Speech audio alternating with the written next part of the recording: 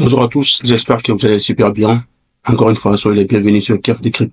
Alors, aujourd'hui, je vais vous laisser voir la vidéo du capitaine Ibrahim Traoré lorsqu'il avait rencontré la société civile burkinabèse le 11 juin dernier. Et qu'est-ce qu'ils ont fait? Lui a concocté quelques vidéos de 35 minutes qui sont énormément importantes. Et cela vont vraiment vous apprendre pour que vous puissiez comprendre vraiment le niveau d'évolution mentale et spirituelle du capitaine Ibrahim Traoré. Du coup, je vous invite vraiment à être attentif et vraiment à écouter point par point la pertinence de ses propos. Qui vraiment, moi de mon côté, je pense que ce capitaine peut vraiment contribuer à l'évolution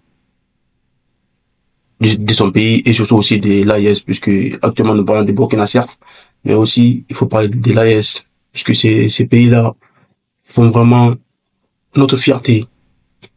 Elles font vraiment notre fierté. Et je vous laisse voir ces 35 minutes de vidéo du capitaine Traoré où il nous explique ce qu'il compte faire pour le développement du Faso. Et aussi, il nous explique les enjeux qui sont, qu'il a eu à vécu. Et aussi les Burkinabés qui, parfois, certaines personnes ont eu à se comporter de manière pas très glorieuse. Et cette vidéo vous apprendra vraiment à comprendre certaines choses. Et je vous dis à très bientôt. Je demande que nous puissions donc observer 1 minute de silence pour honorer la mémoire de tous ceux qui ont perdu la vie dans ce combat.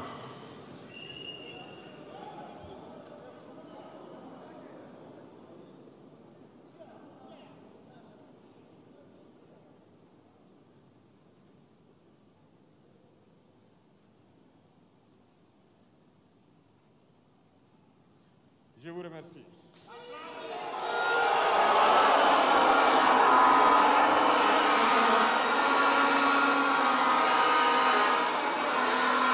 Que les âmes des défunts reposent en paix et que les blessés puissent retrouver bonne guérison.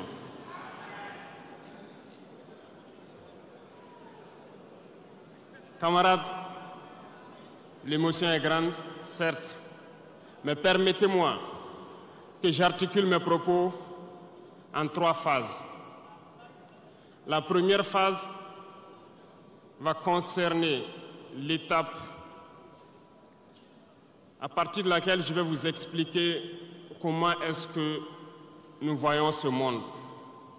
La deuxième phase, nous allons nous consacrer à vous expliquer pourquoi nous devons continuer à nous battre. Et après, l'étape la plus importante, ça sera de vous décliner de façon sommaire la vision pour l'avenir, si je peux m'exprimer ainsi.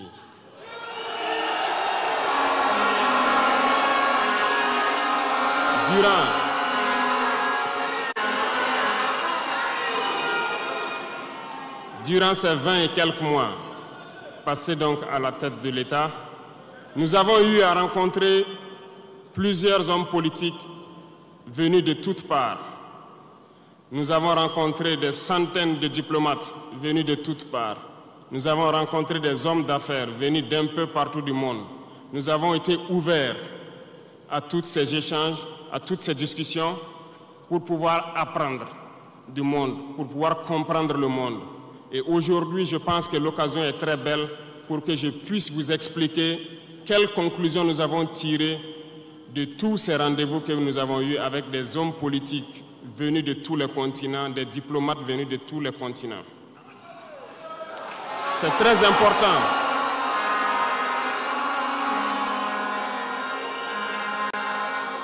C'est très important la conclusion que nous avons tirée et ça doit vous permettre de comprendre le monde. Parce que souvent, dans nos contrées, nous n'avons pas cette perspective de pouvoir avoir accès à certaines personnes qui vont vous enseigner beaucoup de choses à travers leur comportement, à travers leurs propos et aussi en vous disant comment ils nous voient. Camarades, Dieu a créé le monde avec tout ce qu'il y a comme bonheur, comme malheur, comme bien, comme mal, les humains, les génies, les animaux et tout ce qui va avec. Mais nous, humains, avons décidé de faire du monde autre chose. Chez les impérialistes, ils ont une vision du monde que je m'en vais vous expliquer. Le monde se résume en un triangle pour eux. Vous verrez le triangle dans la plupart de leurs insignes. Peut-être que vous ne comprenez pas, mais le monde se résume en un triangle. Pour eux, au sommet du triangle se trouve l'empire du bien. Et l'empire du bien, c'est eux. C'est la prospérité, c'est tout ce qui est positif. C'est eux qui ont droit à tout ce qui est bonheur sur ce monde. C'est eux qui ont droit à toutes les richesses. C'est à eux d'imposer leur manière de voir le monde. C'est à eux d'imposer leur vision, leur mode de vie. Voilà pourquoi, pendant la colonisation ou leur conquête, je dirais, ils venaient vers nos terres et ils disaient qu'ils ont découvert nos terres parce que pour eux, nous sommes des sauvages. Nous n'avons rien de comme eux, en fait. Donc, ils nous appelaient des indigènes. Et c'est eux, le peuple. Ils s'arrogent tous les droits. Et pour eux, le monde doit marcher comme ce qu'ils veulent. C'est simple. Je prendrai quelques exemples. Regardez à travers leurs films. Ils ont préparé l'esprit de leur peuple pour les faire comprendre qu'ils sont les meilleurs. C'est eux qui doivent tout posséder. Vous ne direz pas le contraire. Dans tous leurs films qu'ils propagent, vous trouverez toujours les méchants. Ce sont soit les Russes, soit les Sud-Américains, soit les Noirs qui jouent les mauvais rôles de trafiquants de drogue, de proxénètes, de trafic d'humains, jusqu'à un passé récent, bien sûr. Vous trouverez les Arabes qui jouent le rôle des terroristes. Voilà un peu comment ils perçoivent le monde.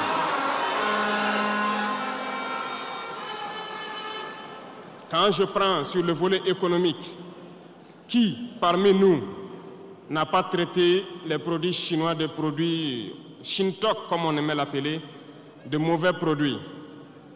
Mais aujourd'hui, j'ai pu vous dire qu'on a tout tort, parce que la Chine est à un niveau de technologie assez avancé, et c'est en Chine que la plupart de ces pays viennent s'approvisionner, mettre leur marque dessus et nous revendent comme étant leur propriété. Regardez autour de vous. Nos entrepreneurs qui sont dans le BTP ne diront pas le contraire. Tous leurs engins aujourd'hui sont chinois. Ceux qui font le transport ne diront pas le contraire. Ils nous ont menti parce que nous avons fait le tour du monde un peu dans ces 20 mois pour chercher des entreprises, pour chercher des usines. Et nous avons compris que tout revenait là-bas. Mais par leur communication, ils nous ont amenés à détester tous les produits chinois, à vouloir nous faire comprendre que ce qui est bon venait de chez eux, pas forcément d'ailleurs. C'est simple. Remonter le temps. Pour mieux comprendre ce que je dirais, il faut remonter un peu le temps. Et j'espère que certains iront lire. Qui sont les tsars, les conquêtes mongoles, les empires perses, turcs et ottomans? Lisez leur histoire, vous comprendrez pourquoi le monde est ainsi fait. À la base du triangle, il y a deux empires. D'un côté, l'empire du mal, selon eux, et l'empire des esclaves de l'autre côté. Voilà comment ils voient le monde. Qui est-ce qu'ils appellent l'empire du mal? Ceux dont je viens de citer tout de suite l'origine, et je vous ai dit de remonter le temps, allez-y lire, vous comprendrez pourquoi ils sont l'empire du mal à leurs yeux. Ils combattent l'empire du mal. Pour eux, l'empire du mal doit disparaître. Pour eux, l'empire du mal incarne le diable. Ils communiquent et ils le font comprendre à leur peuple ainsi. Voilà pourquoi après la Seconde Guerre mondiale, dans les années 80, je prendrai le cas de la Russie, où Tous les stratagèmes ont été mis en œuvre pour l'effondrer avec le président Gorbatchev. Aux États-Unis, c'est le président Ronald Reagan qui était à la manœuvre. 3 stratagèmes principaux ont retenu notre attention. Ils sont allés donc au niveau de l'Arabie Saoudite les demander de baisser le prix du pétrole de 35 $ à 7 $ pour faire écrouler l'économie russe. Parallèlement à cela, le deuxième stratagème, n'oubliez pas quelque chose, ces mêmes personnes qui viennent de quitter l'Afghanistan, soit disant qu'ils combattaient les talibans ont été reçus par le président Ronald Reagan à la Maison-Blanche. Ils ont été armés par la CIA. Les fameux missiles Stinger, Sol-Air, ont été livrés aux talibans pour combattre les Russes. Et plus tard, ils viennent supposer les combattre. Allez-y comprendre. Le troisième stratagème, c'était un bluff. Le projet IDS, Star Wars. Lisez, vous comprendrez pourquoi ils ont amené le président Gorbatchev à créer le projet Paulus qui a enfoncé la Russie. Une fois que la Russie s'est effondrée, ceux qui se prétendent être de l'Empire du bien ont commencé à juguler, jusqu'à ce que vienne cette équipe avec Vladimir Poutine pour essayer de remonter la Russie en surface.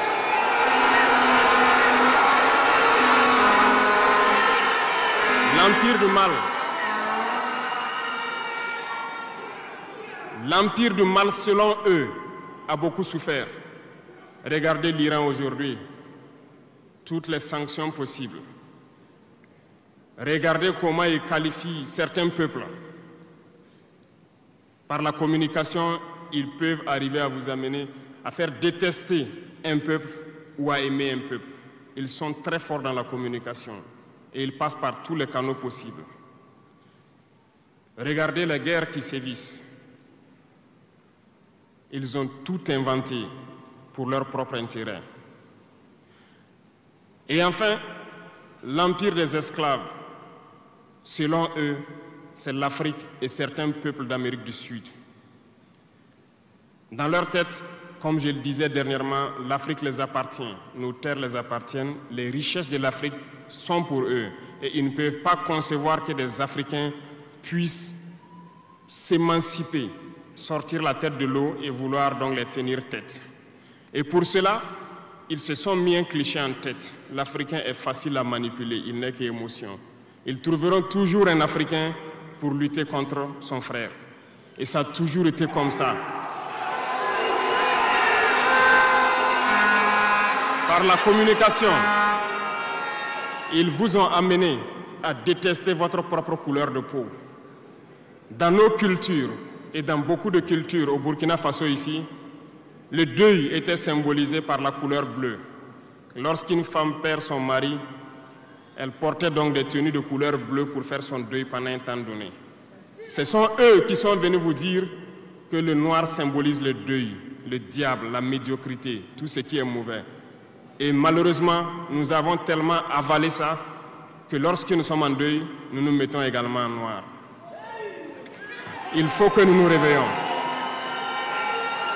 Il faut que nous nous réveillons parce que voilà le cliché qu'ils ont en tête. Eux, ils sont l'empire du bien, d'autres sont l'empire du mal et nous, nous sommes l'empire des esclaves. Voilà comment les impérialistes voient le monde. Il faut que vous compreniez cela. Et là, je m'en vais faire un coup de gueule à l'endroit donc de certains intellectuels qui continuent de vouloir prêcher pour les impérialistes. Est-ce qu'ils ignorent cette partie de l'histoire? Je n'invente rien. Ça a été déclassifié, vous trouverez tout ce que j'ai dit dans les bibliothèques ou partout sur les moteurs de recherche. Ces intellectuels n'ont-ils pas lu cela? Ne connaissent-ils pas l'histoire de ce monde? C'est peut-être par malhonnêteté ou quelques billets de dollars qui les amènent à toujours prêcher pour les impérialistes. Il faut que nos intellectuels arrivent à tout moment à prêcher pour conscientiser nos peuples, nos masses populaires, pour qu'ils comprennent d'où ils viennent et comment ils sont vus des impérialistes.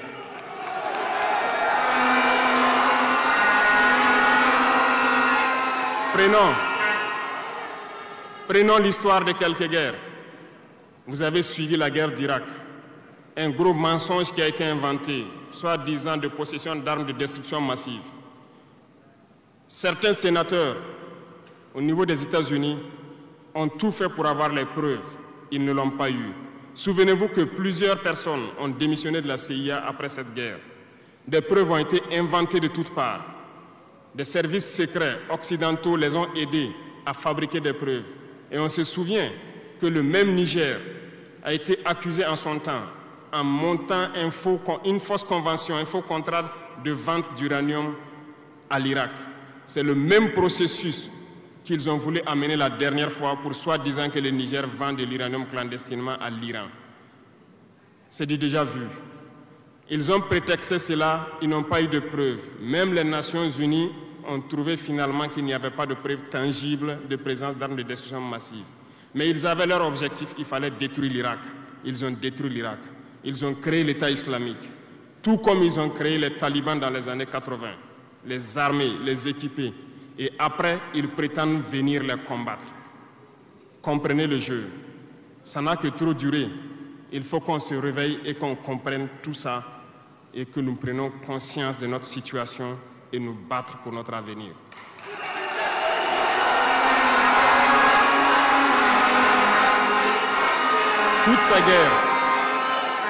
Toutes ces guerres ont été inventées, passant par l'Irak, la Syrie, la Libye, dans le but de déstabiliser le monde à leur profit, parce que nul ne doit pouvoir les égaler.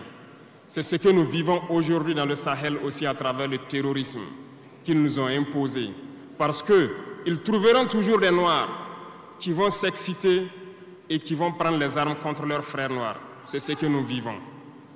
Ils n'ont jamais quitté ce modèle. Malheureusement, beaucoup de gens leur donnent raison. À cause de quelques billets de dollars, ils se vendent très moins cher à l'ennemi, à l'impérialiste, et ils se mettent à combattre leurs frères. Je voulais faire ce petit historique du monde pour que vous compreniez comment l'impérialisme voit notre monde. Ça se résume en ces petits triangles. Après cela, dans cette deuxième phase, je dois vous expliquer pourquoi nous devons nous battre. Une petite histoire, en 2015, à Tombouctou, lorsque nous avons rencontré, j'étais chargé de la sécurité donc, de la plateforme aéroportière. Dans les patrouilles, nous avons rencontré des individus qui rôdaient autour. Un de ces individus était manchot. Je lui ai fait comprendre que c'était dangereux de rôder autour de la base parce qu'ils peuvent se faire tuer. Il m'a dit qu'il voulait se faire tuer, il voulait mourir. Et j'ai cherché à comprendre leur histoire. Certains étaient fous, d'autres étaient normaux, mais ils cherchaient à mourir à cause du terrorisme. Ils nous ont expliqué que lorsque les terroristes sont rentrés à Tombouctou, le manchot qui m'expliquait ça, un soir, les terroristes se sont pointés à son domicile. On voulu violer sa femme devant lui. Il s'est opposé. Ils sont repartis. Le lendemain, on est venu le pêcher à la maison, l'amener à la place publique. On l'a accusé de vol. On a tranché sa main, on l'a battu. Il est reparti à la maison. Son fils, qui avait 16 ans, qui s'occupait de sa main, ils sont revenus. Ils ont violé la femme. Ils ont enlevé son fils. Ils ont continué à violer sa femme pendant des jours, jusqu'à ce que la femme se suicide. Et ils ont amené son fils, il n'a plus retrouvé son fils. Et lui, il préfère mourir. Voilà pourquoi il marche autour. Le jour qu'une sentinelle va lui tirer dessus, ça lui fera plaisir. D'autres ont connu le même sort. Ils ont été enlevés de chez eux parce qu'ils refusaient que les terroristes touchent à leurs femmes ou à leurs filles. Et le lendemain, on vient les soustraire, on les amène à la place publique, on les battait à sang. Et après, ils allaient faire leur sale besoin. Beaucoup de familles ont été détruites ainsi. Ce sont des criminels, des violeurs, des bandits, des trafiquants de drogue qui sont armés et qui sèment désolation dans nos contrées. Ils ne le font au nom d'aucune religion. Malheureusement, ici au Burkina Faso, certains villages se sont laissés compromettre par ces individus. Je parle en connaissance de cause. En 2022 à côté, j'ai été chercher avec mon unité dans un village parce qu'ils ne voulaient pas que nous restions là-bas parce qu'ils sont en bonne entente avec les terroristes. Ceux qui m'écoutent, ils savent de quoi nous parlons. Plusieurs autres unités sont témoins. Certains villages ont refusé catégoriquement que des FDS foulent leur sol parce qu'ils sont en bonne intelligence avec les terroristes. Nous leur avons fait comprendre qu'il n'y a pas d'alliance possible avec ces criminels parce que c'est eux qui décident du jour où le pacte se rompt. Plus tard, je pense que beaucoup de villages ont compris cela. Lorsque le pacte s'est rompu, ils sont revenus sur les réseaux sociaux pour appeler au secours. Nous y avons été. Mais c'est pour dire, peu importe ce qu'ils viendront vous dire, peu importe les flatteries possibles, peu importe le pacte que vous avez signé avec eux, le jour qu'ils décident de mettre fin au pacte, ils viendront tuer et mettre fin au pacte. Il n'y a pas d'alliance possible avec les terroristes. Il n'y a pas d'alliance possible avec ces criminels. Ils sont à combattre. Un point, c'est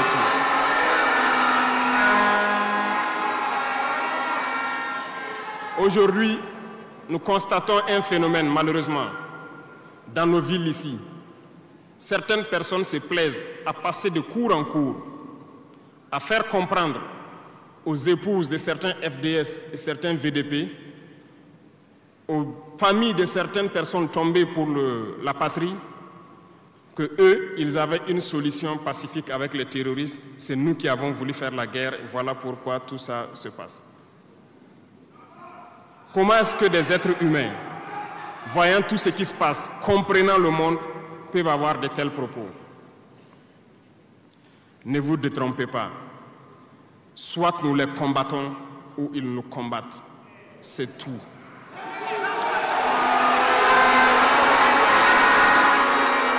Les gens se cachent.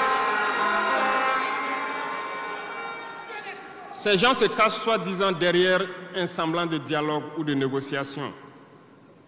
Encore, ils vont vous ramener à traîner dans la boue. C'est ça l'objectif de l'impérialisme, que le fléau dure, que ça dure dans le temps, que vos États ne soient pas structurés et qu'on continue de profiter de vos richesses. Plus ça dure, plus ça les arrange. Et malheureusement, ces individus qui passent de cour en cour font le jeu des impérialistes. S'ils m'entendent, qu'ils arrêtent maintenant, parce qu'ils iront combattre eux-mêmes.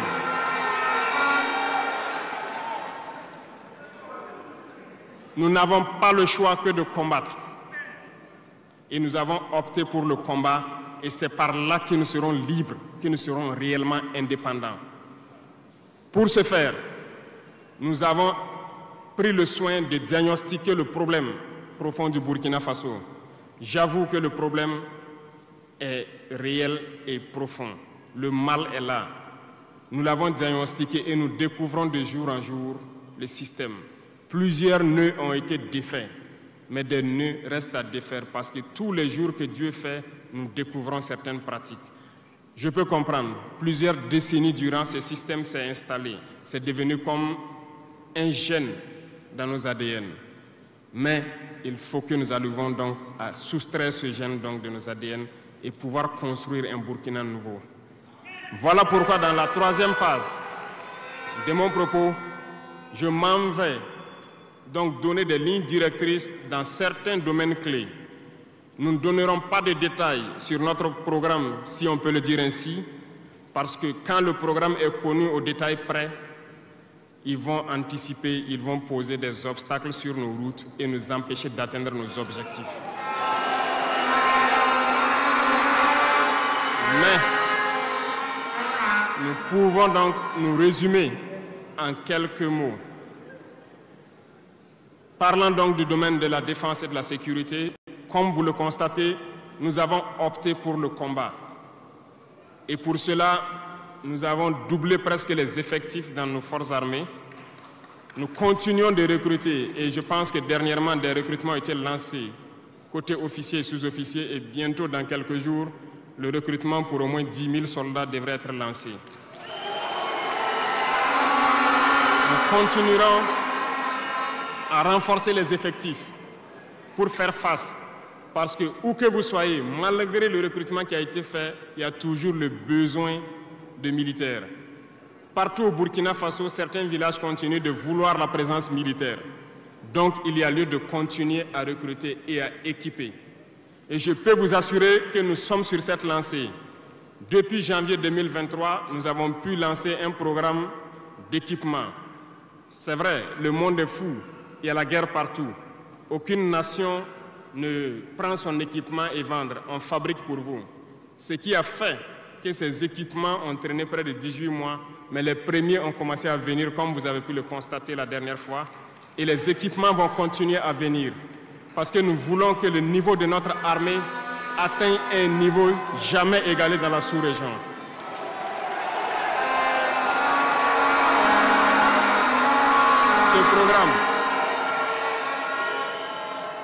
Ce programme d'équipement va se poursuivre. Et c'est vous, les acteurs de ce programme.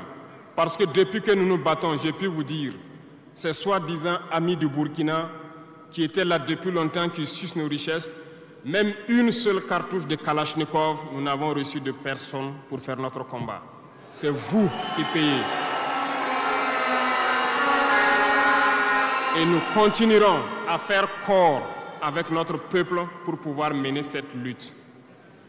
Nous avons des partenaires qui ont accepté de nous vendre des équipements et qui ont même proposé de pouvoir nous livrer des équipements stratégiques et que nous puissions payer dans le temps.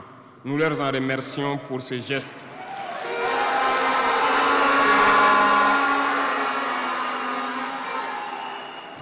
Et nous disons encore merci au peuple qui a compris le sens du combat, qu'il faut que nous nous battons.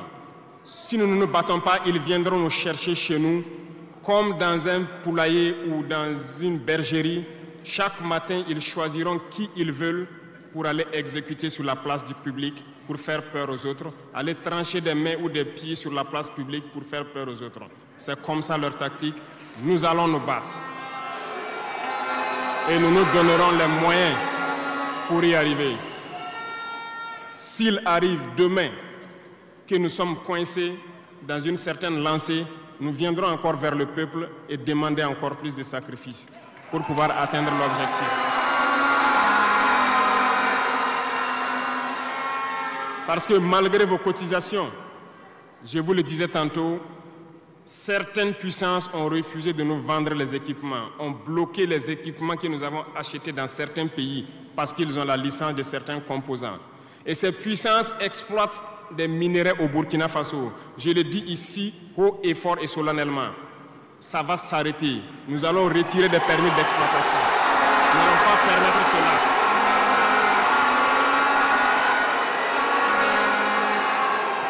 Vous ne pouvez pas exploiter nos ressources et refuser de nous vendre des équipements, faire bloquer nos équipements. Nous n'allons pas accepter qu'ils s'attendent. Nous allons récupérer nos permis d'exploitation et nous allons l'exploiter nous-mêmes.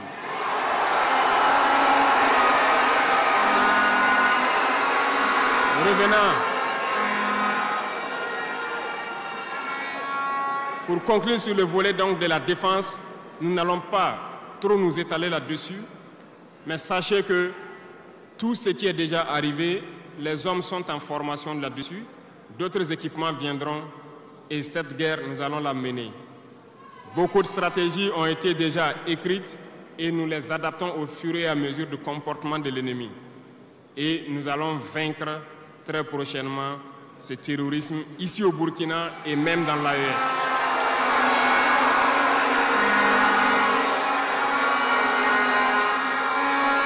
Pour ce qui concerne le domaine donc de la fonction publique, pendant longtemps, nous avons passé le temps à mettre en garde un certain nombre d'acteurs. Mais nous avons compris que le phénomène est tellement profond. La corruption, la mauvaise gouvernance dans les différentes administrations, le manque d'éthique persiste. Certains organes ont été donc mis en place dans le cadre de la lutte contre la corruption et dernièrement, certains arrêtés ont été pris pour ce qui concerne les primes de dénonciation. Le dernier acte à poser sera fait avant donc, la fin de ce mois. C'est un organe qui devra siéger dans tous les ministères pour s'auto-saisir de certains dysfonctionnements des actes de corruption et pouvoir agir. Et ces organes seront prêts. Parce que nous avons beaucoup de gros travailleurs aussi dans l'administration, mais qui sont mis à l'ombre, qui sont souvent mis à l'écart. Parce que pendant longtemps, ce sont les plus corrompus, les plus malhonnêtes qui ont été mis à la lumière, c'est eux qui bénéficient de tous les avantages. Et je dis donc aux travailleurs de faire attention à ces individus qui sont en train de perdre leurs privilèges, parce qu'ils vont continuer de vous manipuler, de vous intoxiquer et de vous envoyer dans de mauvais pâturages. Faites très attention à ces individus qui sont en train de perdre leurs privilèges, parce que nous n'allons pas permettre à ce que une soi-disant élite donc, qui avait été programmée s'arroge tous les droits donc, dans nos différentes administrations. Le dernier organe sera mis en place avant la fin de ce mois et le travail réel va commencer. Vous entendrez dire un peu partout à l'issue de ça que nous ne respectons pas certains textes, nous ne respectons pas certaines lois, mais il n'y a pas de loi ou de textes qui tiennent dans cette lutte lorsque c'est pour l'intérêt de la patrie. Qu'ils se le tiennent pour dire donc nous allons aller dans ce sens. Nous avons donc dans le processus du recrutement adopté une ligne de conduite. Nous sommes en train de faire un diagnostic, de vérifier les présences et de voir les besoins. Il n'est pas exclu qu'au cours de l'année, certains concours soient lancés pour augmenter des effectifs dans certains endroits. Certes, il y a eu d'abord une vague de concours qui a été lancée, mais dans tous les milieux, ils sont en train de faire le point. S'il y a besoin, je dis bien s'il y a besoin, nous continuerons encore de recruter pour être à un niveau acceptable et pouvoir faire fonctionner les différents organes donc, du pays pour le bonheur donc, des masses populaires. Dans le domaine donc, de la diplomatie, nous avons opté pour une diplomatie commune dans l'AES. Toutes les décisions vis-à-vis donc, des partenaires, que ce soit africains ou à l'étranger, seront prises à l'unanimité au sein de l'AES. Mais nous avons aussi opté pour une diplomatie de vérité. Nous ne comptons pas nous mettre dans certaines logiques de mentir ou de couvrir la réalité, soit disant que c'est la diplomatie. C'est faux. Ce n'est pas là la diplomatie. Je puis vous dire que ce que vous voyez en superstructure, lorsque les gens viennent en audience et sortent pour parler au micro, ce n'est qu'une partie visible de l'iceberg. Ce qui s'est passé à l'intérieur dans les huis clos, ça n'a rien à voir avec la diplomatie. Et nous sommes donc inscrits dans cette logique de dire clairement les choses au peuple. Certains vont nous critiquer, d'autres même iront à dire que non, un chef d'État ne doit pas parler comme ça, un chef d'État ne doit pas faire ça. Mais nous leur disons que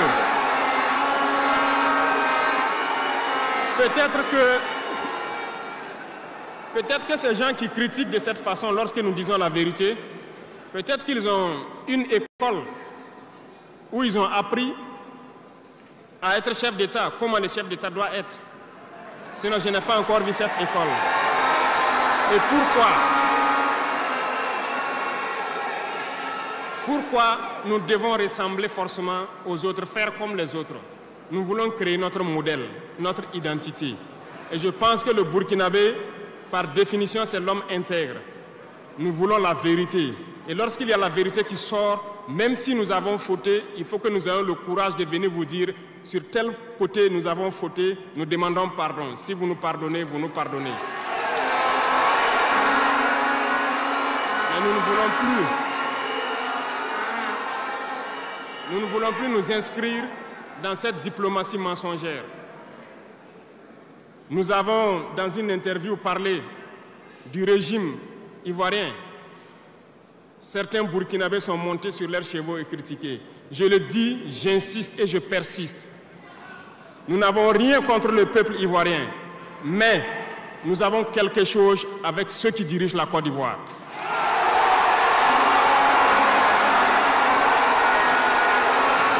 Nous le disons et nous le répétons encore.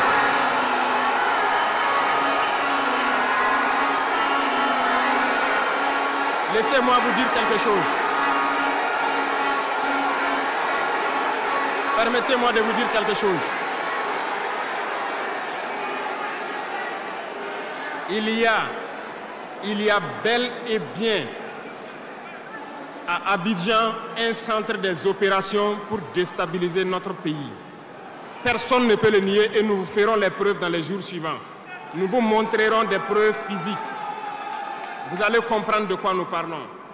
Personne ne viendra nous dire qu'au Bénin, il n'y a pas de base française dirigée contre nous. Nous avons les preuves sous la main. 2 bases importantes.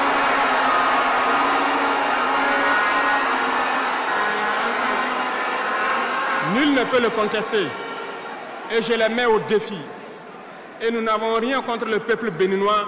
Là, nous avons un problème avec la politique des dirigeants béninois. Et nous le disons haut et fort encore. Dans cette diplomatie, nous avons décidé de dire la vérité. Il y a bel et bien 2 bases. Une vers Kandi et l'autre en allant vers Porga ou je ne sais pas quelle localité. Des pistes ont été réaménagées à plus de 3000 mètres de long. Des avions atterrissent. Les gens équipent et forment les terroristes là-bas. Nous avons des enregistrements audio d'agents français au Bénin là-bas qui se jouent le centre des opérations des terroristes. Ils montent les opérations avec eux. Ils les aident à se soigner. Ils font tout ce qu'il y a là-bas. Nous avons tous les détails sur eux. Et vous ne voulez pas qu'on le dise à notre peuple? On va le dire. Si vous ne le voulez pas, s'ils ne le veulent pas, qu'ils arrêtent de se comporter ainsi. C'est simple. Nous n'avons forcé personne à prendre son indépendance. Si vous décidez de rester dans votre situation, mais ne prenez pas vos pays pour en faire des bases arrière parce que ce sont vos populations qui vont en souffrir après. Et ce n'est pas une bonne politique.